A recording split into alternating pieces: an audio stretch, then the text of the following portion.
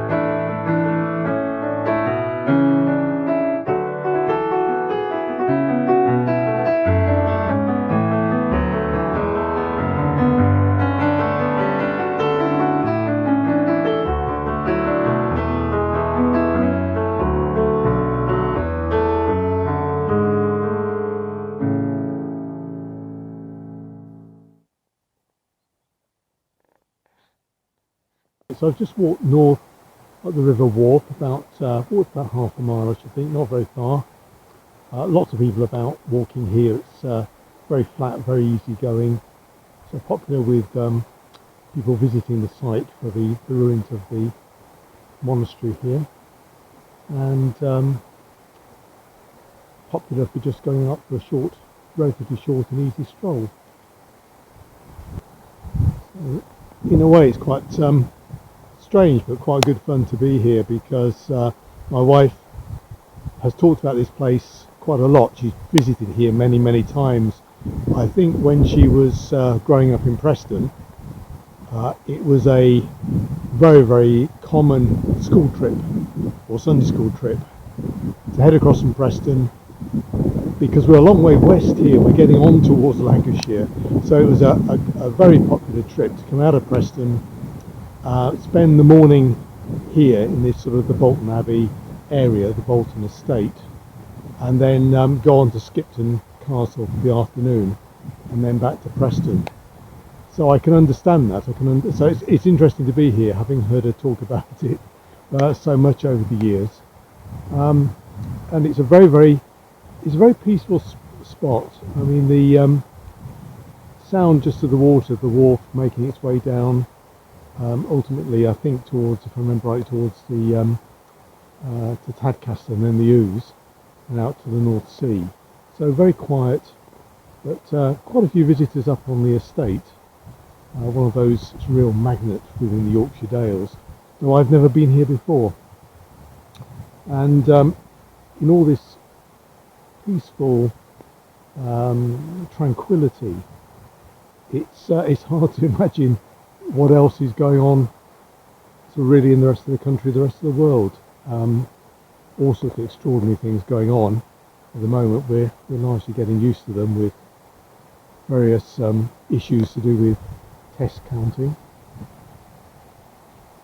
We hear that the President of the United States of America is now on steroids, and probably the last thing the world needs right now is Donald Trump on steroids. But here we are in the middle of the Yorkshire Dales, and in many ways all is right with the world. This is nature at its best, or nature as the Romantics would have enjoyed. It's nature enhanced by some man-made activity, and the ruins. I think Wordsworth and his fellow Romantic colleagues, the ruins here they would have found quite sublime.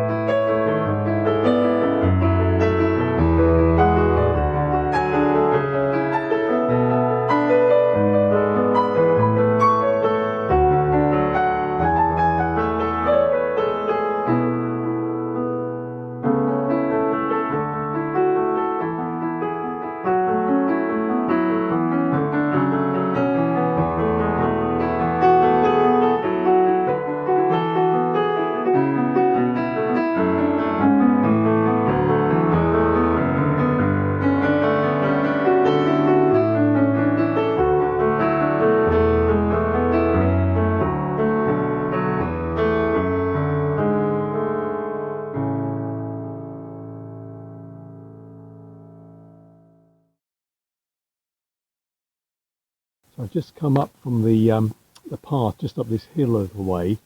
There's nowhere easy to find a seat, so I'm sitting here on my sit mat on the grass. But it'll be pleasant enough. It'll be fine for a quarter of an hour, 20 minutes. I'm going to have my my lunch here. I've had a drink of my coffee already, which is good, and generally very, very peaceful. That said, what I'm finding here is, not surprisingly, there are lots of people here, and if you enjoy your walking and you want to stride out at a decent pace, not route marching it, but just a decent pace, I think you'd find it frustrating. I found it frustrating at times here. You get sort of behind people walking at a sensible pace for them, but a very slow pace, and it starts to get uncomfortable after a while. You eventually get by, and the paths are quite narrow, but you eventually get by. So I suspect what I'm going to conclude about the Wharfe and Bolton Abbey and this area, I think what I'm likely to conclude is I'm glad I've visited, and it's a pleasant place for a kind of a Sunday afternoon, what I call a Sunday afternoon hour's walk after lunch.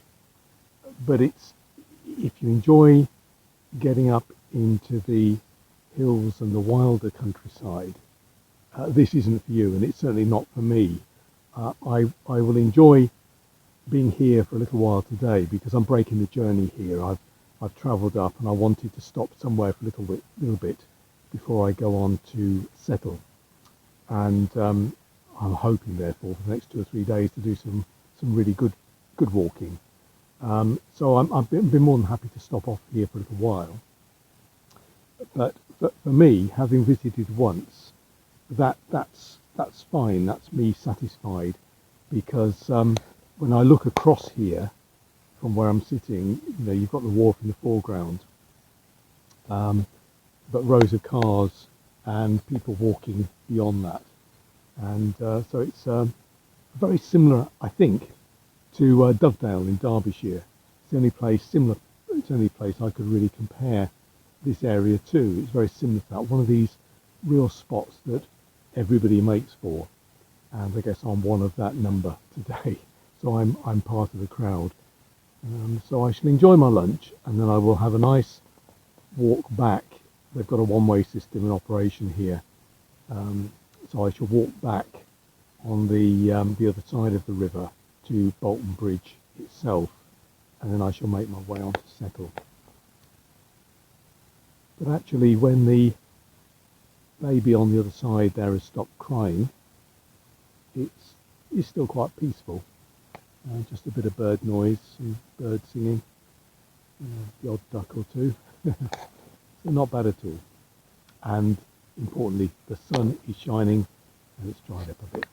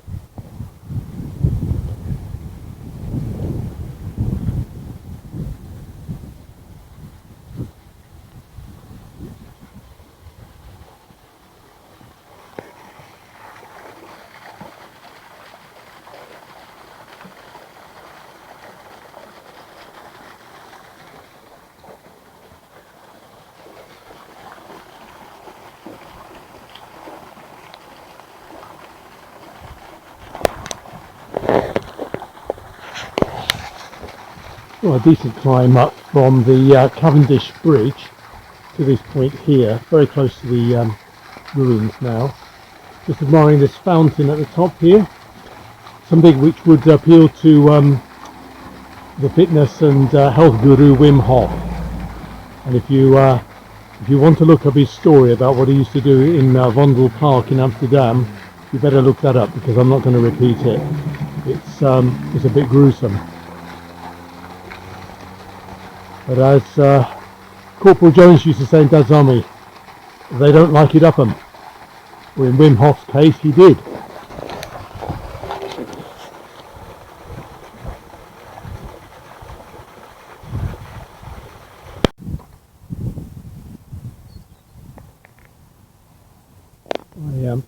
I suppose this is the dead centre of Bolton Abbey.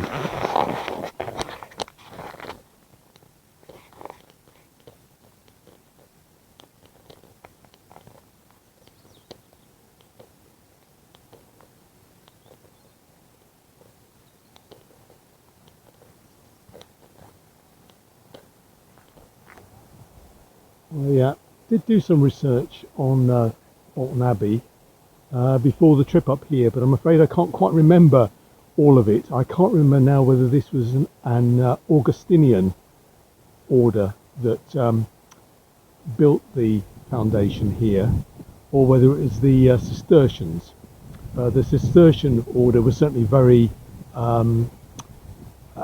widespread throughout Yorkshire, and in particular, developed farming and sheep farming in particular in the Yorkshire Dales at Rievaulx and Jervaux and Fountains Abbey and other places. I'm not quite sure which order was based here, but obviously another one of the great abbeys or great priories that was eventually dissolved in 1540, 1541 as part of Henry VIII's move to make the church in England more his own church rather than a Roman Catholic church. And I've always thought of the dissolution of the monasteries as being a sort of a nationalisation, really. It was perhaps a little cruder than that, in the sense that in most instances, and it was true here, the abbey lands were broken up and the land given to numbers of Henry VIII's favourites, those who'd secured influence and were able to support him. So ultimately the land here and the property here was given over to the Dukes of Devonshire, the Cavendish family, and it's the Devonshire family that own the property and maintain the property ever since. I suppose we should be fortunate to think that although not truly nationalised and the lands here are in private hands, at least for the most part they are open to the public, and like today I've been able to wander through at no charge at all, and a great many people are enjoying the beautiful countryside around here without having to pay for it. But I guess the more lucrative parts of the estate, the grand houses, down at Chatsworth in Derbyshire and elsewhere, those buildings are, remain only with a few private families, and those estates, the land that they own and farm, spread far and wide, but at least there's a degree of public access now.